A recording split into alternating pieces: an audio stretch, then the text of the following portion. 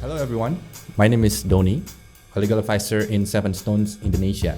Yeah, if you are thinking about investing in real estate in Indonesia, there are some important things we need to know.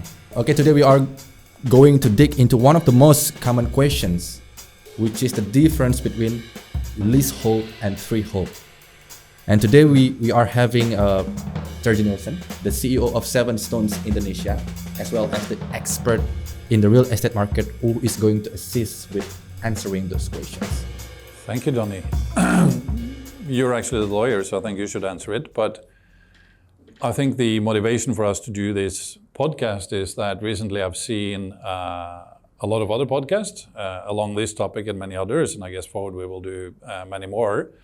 But the motivation for that is obviously to sell property. These companies are motivated to sell, and that's okay. Everyone makes a living out of selling property these days in Bali, but they seem to focus very little about the legalities and the possible implications and taxes, not to mention the fact that today we talk about a market, 80% supposedly is doing leasehold, but in my view, and you may agree or disagree, it's a lease that to me is a lease that shouldn't be used for what it is used for, in the sense that a long-term lease or hak sewa shouldn't exist because Indonesia has regulated leases, hak pakai on top of freehold or HDB on top of freehold as a registered lease. Yeah, I've heard a lot from foreigners living in Bali. Can foreigners even have or own property in Indonesia? I guess yes and no, people will say. I say yes. And I think a lot of people, if they come out of what we would call common law or Anglo-Saxon law, they would refer back to that type of law to define what freehold means and not. But the Indonesian agrarian laws, they were a little bit different. They were passed in a time where Indonesia was very socialistically motivated and careful with anything to do with foreigners. So some people will see what we call an hakuna bangunan or hak pakai as a long-term lease. But the easiest way to explain that is an ownership, let's say I buy land from Doni and you're an Indonesian, you own this in freehold. I purchase that and I convert it into what we call a HGB murni, so a hakuna bangunan title with no underlying freehold title. Later, if I then sell to another Indonesian again from my PMA, then I can, or that person can then convert back to freehold. So to me, that is kind of like you have freehold, I don't have freehold, but I sell to someone who have freehold. At what stage did I not own the property? So I say yes. Okay, so what I understand from what you are talking about is that foreigners can own property in Indonesia, but it depends on the needs of that foreigners. Okay, previously you said about freehold and leasehold. What is the difference between those land titles based on your experience? Well, I think in addition to what we talked about before, the hakuna bangunan, foreigners can also get what we call a hak pakai, but that is more towards a title in a personal name, and it's considered a residential option. So hak pakai, if you have a working permit or something like that here, or what Indonesia or the government today calls a second home option. But to understand the difference, I guess, a freehold title or a hakuna bangunan or hak pakai is an absolute ownership that doesn't have a declining value, and because you can later pass that on and convert back to a freehold, it retains its value similar to freehold. While in a lease, it has a time limit set maybe to 30 years, 40 years, 50 years, whatever the time frame is, sometimes even less. That would be considered a declining asset. We do see now, though, in Bali that in certain areas the property prices goes up very quickly. So a lease can also see capital gain, but it is seen as a declining asset that you will write off in your bookkeeping. I know that you have been living in Bali like for 30, 40 years or even more. Which one is more beneficial for foreigners if they would like to invest property in Bali? Well, I think there is many possible beneficiaries, if we can use that word, to consider in this. The good thing with a lease, and we'll talk more about the different types of lease in a minute, is that the locals, the Balinese, not necessarily sell the land, so it becomes a generational game plan. So today you can rent your land out, 30 years from now your kid will continue to rent it out and have a gain from that. For foreigners, I think it depends a little bit on the purpose of the investment, whether it is a long-term asset play, then freehold is sensible and makes sense.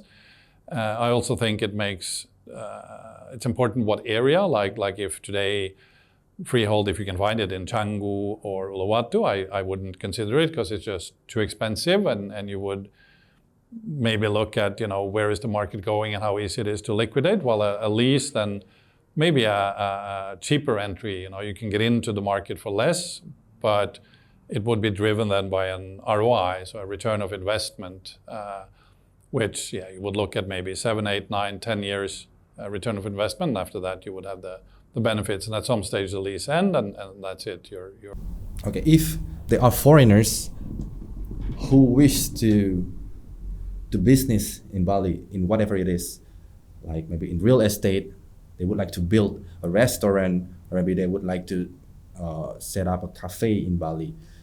So before taking over a land in Bali, what do you think these foreign investors, have to consider? Well, I think there's an awful lot of things to consider, and I guess we're touching a little bit on a proper due diligence, which then involves zoning. Believe it or not, Bali has a very developed zoning map or zoning regulations where they foresee tourism to grow, residential to grow, farming land, green belts, and so on.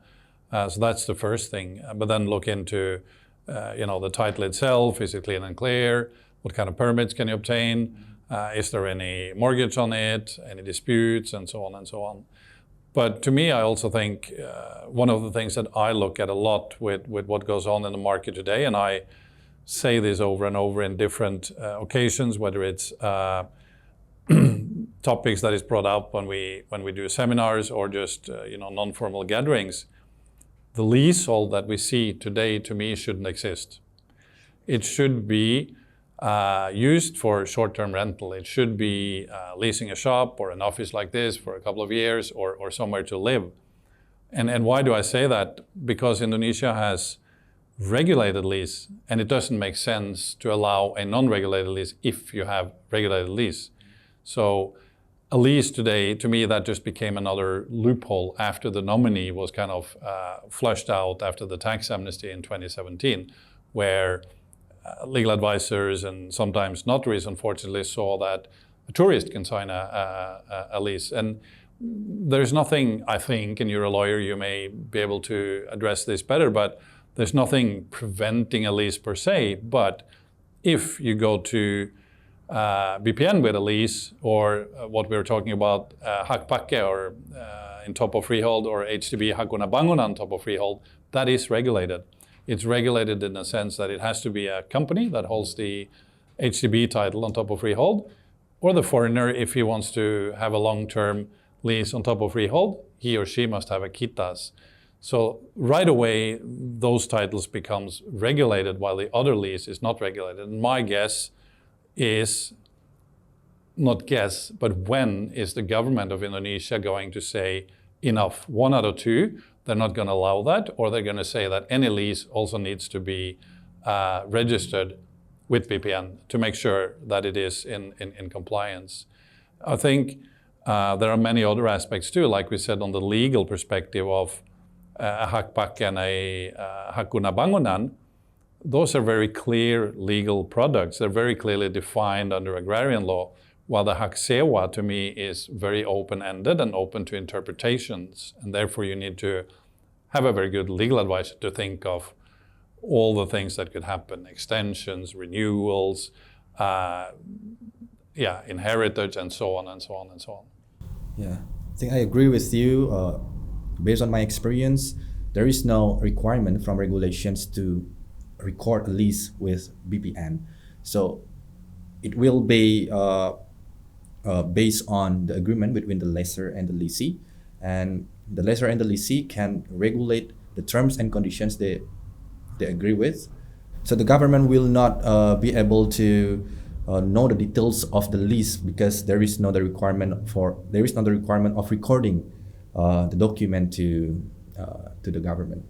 I think on that too, that what we see quite a lot is that often a double play with the land, if that makes sense. So a land very often is already under mortgage, so the owner has borrowed money, and he still managed to lease it, or he leased it out first, and he still goes and mortgage upon it. And then the foreigner or whoever it is that leases that land is in a weak position legally, in the sense that the bank will have the first call on the asset. So there's many things that can come out of that. And I think what we see now too in Bali, I was discussing with Kanwil, the legal office of Indonesia in particular on taxes.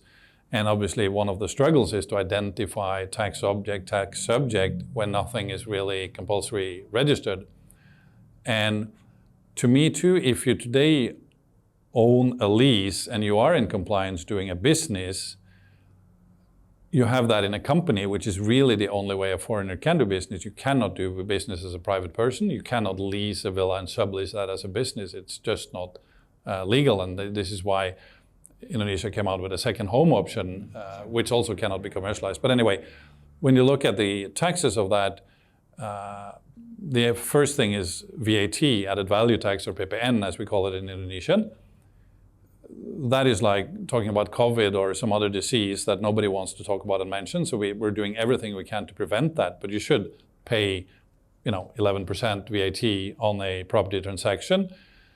And then you obviously have either or one, the VAT and then the 10% lease tax. When you've done that, the money comes into your legal entity, which then, if it's gone beyond the 4.8 billion, is subject to another 11% taxes on profit. So obviously that can be a lot, that can be a little. And when you then take out money, you get taxed another 10% dividend.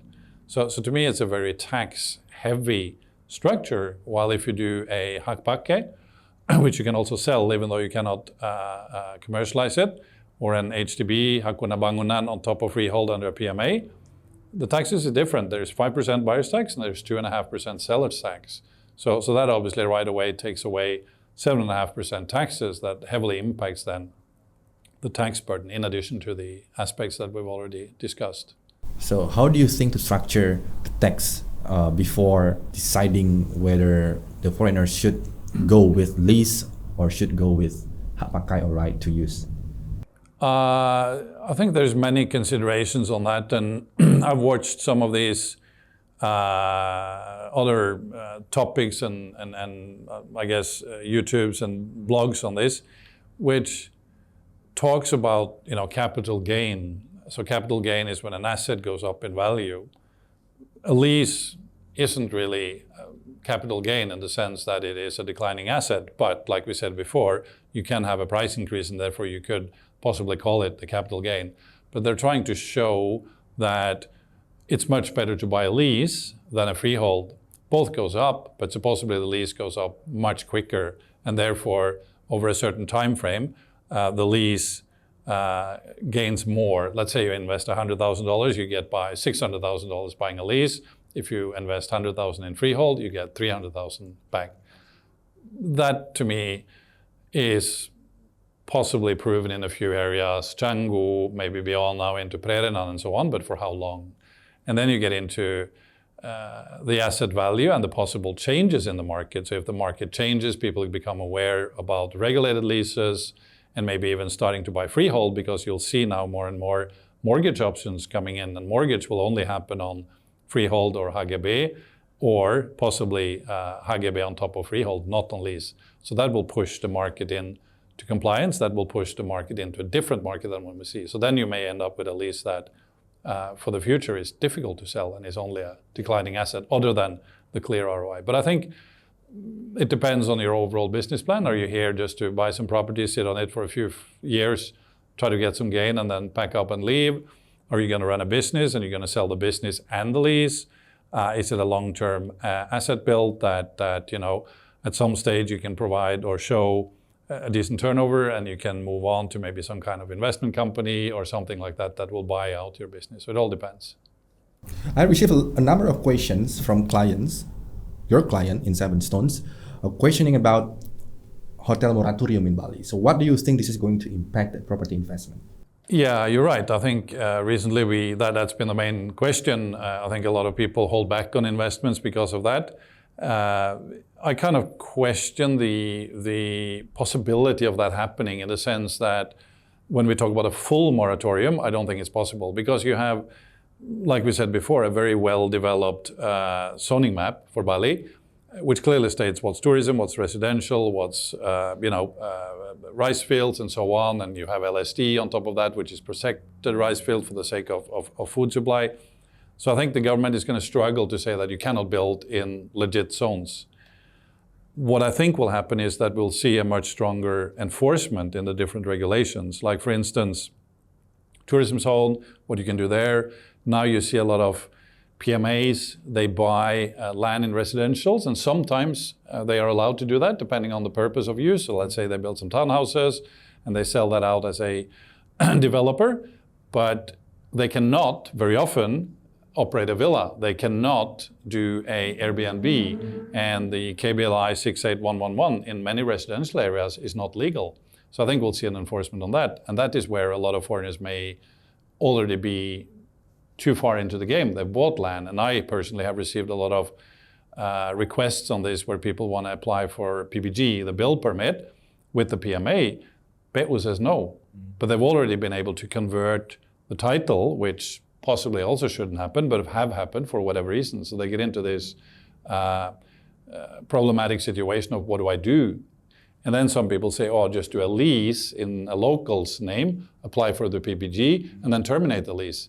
And to me, that is like a massive circumvention of the regulation, which eventually the government will catch up on. If you're regulated out of a zone, if I can use that word, in the sense that a PMA is not set up to be able to buy the land, then you're not also allowed to lease the land. It just undermines the whole structure. And this is where the government, I think, will be a lot stricter, in addition to tax enforcement and proper operational permits. But I don't think that we'll see a full moratorium. We can already see, they say, moratorium on conversion of farming land into tourism or residential zones, which happens a lot up in Uluwatu. To me, that in that area, it's not so much a issue, because there's not much you can farm on the land anyway. It's very dry and very difficult, but you got to think of other aspects, infrastructure, roads, water, and so on. Canggu, further areas that still has a lot of viable rice fields, maybe a different thing. But that, again, that's a different story. And I don't think that we are seeing an overdevelopment when you consider Bali as an island overall. We just got to make sure that regulations are followed and the infrastructure comes along with that. We came across that quite a few clients would like to split or make two different agreements when they come into leasing land. The first agreement is going to be the one that is recorded, and the other one is going to be private. Yeah. So what do you think the legal and tax implication of that practice? I think, again, it depends a little bit. It doesn't depend. From a tax perspective, that's tax fraud. Full stop. From a tax perspective, that's tax fraud. It's not tax planning. It's only tax fraud. And what I try to tell clients too is, you want to take that risk, you take that risk. But if you go to like Surabaya or Jakarta, it doesn't happen. It only happens here in Bali. The main aspect for me when we talk about that kind of nature, and what we also see the habit of someone leasing a business or parts of a business privately and run it as a business privately, what normally happens then is that you see that split of the property. So let's say it's $100,000, $50,000 gets into the notarial deed and taxes are paid. $50,000 is an under table or private agreement, non-taxes paid. Then because you're a private person, you cannot apply for any permit. So I talked to Doni and I said, Doni, you go and manage this villa for me in your name, and you pay some taxes, not all, and the rest of the money you give to me. I'm then actually a tax subject with 20%, but it doesn't stop there. Most people don't pay that too. So when you have then, let's say you and me were no longer friends anymore, you're the landlord, and I've been running the business in your name, I want to take you to court. I'm going to go to court and say, dear judge, I bought this property for $100,000. I cheated on taxes, 50%. And then I cheated on personal taxes because Donnie paid taxes, but I did not. But we're no longer friends, and Donnie is no longer a nice guy, so I want to take him to court and get my rights. Obviously. Yeah, it happens to be too risky for the investor if they split the agreements into two like that. Extremely high risk and shouldn't be considered, yeah. Because what I understand as well that if foreigner starts business, without setting up a PTPMA, it will be too risky for them because they will not have what we call NPWP. So when they get income from running the business, so it will be issues from tax perspective, if not mistaken. Yeah, it's penyeludupan, it's penggelapan, it's tax fraud, it's tax avoidance. And other possible issues out of that is immigration. You're running a business in your private name on a tourist visa or digital nomad or whatever it is. You can't. So in terms of compliance, once foreigners have already set up the PTPMA and run their business, what should they do in order to comply with the laws and regulations? I mean, for the maintenance of that PTPMA in order to comply with the prevailing laws and regulations? Well, I think that's a blog in itself to talk about the PMA, and we'll do that later. But I think you can either set up your own PMA or you can buy shares in a PMA. So as a tourist or whatever it is, you can clearly own shares in a company without having your own company. So that's the options. But make sure that that company is in compliance with taxes and what we call the LKPM or investment report on a quarterly basis to the investment ministry. And that it's maintained, directors, commissioners, boards, and day-to-day management, shareholders meeting once a year, and so on. Okay, that's it. Thank you for coming, Terje, sharing about your experience about freehold and leasehold.